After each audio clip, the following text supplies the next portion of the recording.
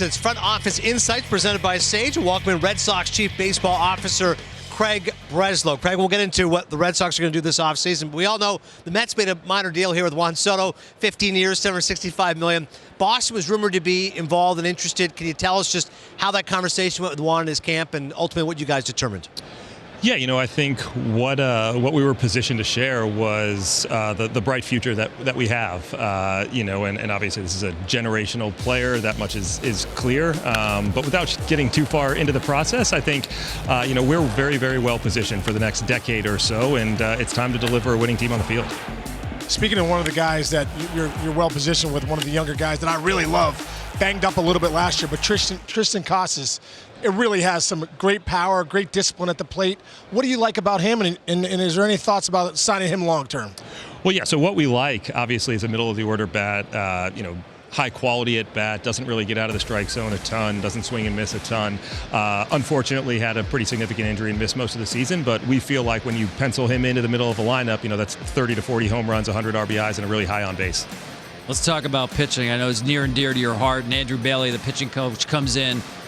And it's not an exaggeration to say you kind of revolutionized pitching with the way you guys spun the ball, changed speeds, de-emphasizing, if that's the right word, the fastball, what used to be the foundation of the game. Fewer fastballs than any team in baseball. You pitched great in the first half. ERA went up by 1 in the second half.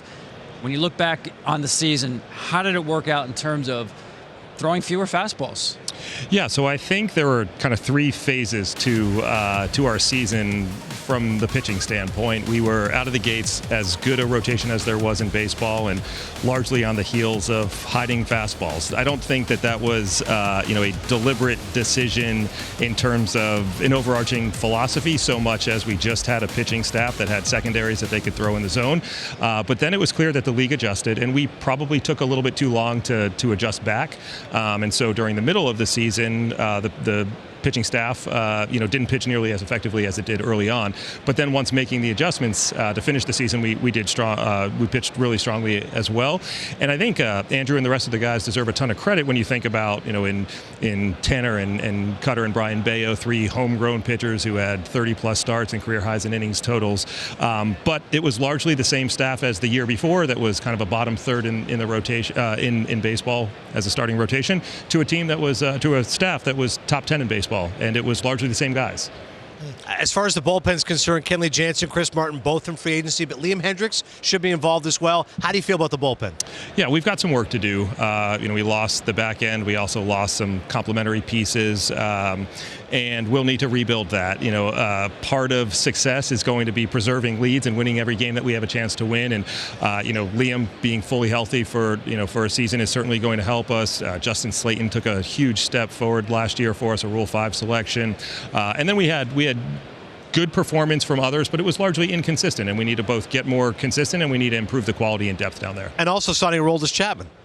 So obviously can't get into details before things are finalized, but one clear upgradable opportunity for us was the ability to generate swings and misses, and particularly from the left side. So hopefully that's something we can address here soon. Brez, I got a chance to play with you in 2008. Crafty lefty, had a really nice career. But for you now, that being in the front office and seeing the numbers, and seeing the analytics, what analytics would you take now that would help you as a pitcher back in your day? Well, so I appreciate that you said crafty, because I think crafty is a euphemism for maybe undersized and soft tossing. Right? Why does every lefty get crafty? right-hander. It's always a crafty lefty. Right. But, so I got some swings and misses on my fastball, despite the fact that I didn't throw very hard. I didn't have crazy spin rates, but I think it was actually the approach angle that helped me. Kind of a unique delivery, undersized, so I collapsed on my front side and threw the ball uphill. Love it. So I'm picturing you, Brez, sitting down with Juan Soto, and you're the one team that can show him what you've got coming. And it's more than just about anybody else, especially with position players, starting with Roman Anthony, #1 prospect by some accounts in Major League Baseball. Here's some of the names right here. Tell me what you like about this group and how fast they're coming. Yeah, there's a lot to like. I think there's a ton of positional versatility. There's really strong defense up the middle. The catcher, shortstop, outfielders, combination of left and right-handed hitters. And then I think, it's really a testament to the player development staff when you think about guys like Christian Campbell, who really nobody knew of, nobody had talked about last year at this time, and now we're talking about a top 10 player in all of minor league baseball.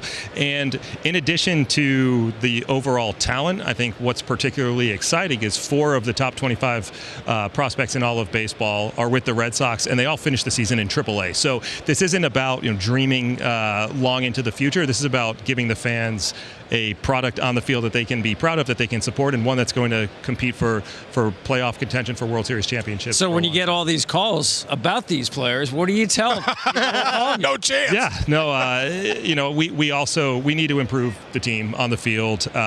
We've asked for a lot of things from our fans, patience most notably, and it's time to deliver. And in order to improve the team, we have to be willing to make really difficult decisions. We also just have to make sure we get them right. Former teammate of yours, by the way, back in 2008, Terry Francona already told us, Sean Casey, 0 home runs for Tito. So if you want to pile on as well, nobody talks about crafty first base. I think at the end of my career, I was a crafty first baseman. Craig Breslow, Chief Baseball Officer of the Red Sox. Thanks so much, Brez. Appreciate it. Thank My you. pleasure. Thanks. Good stuff there from Craig Breslow.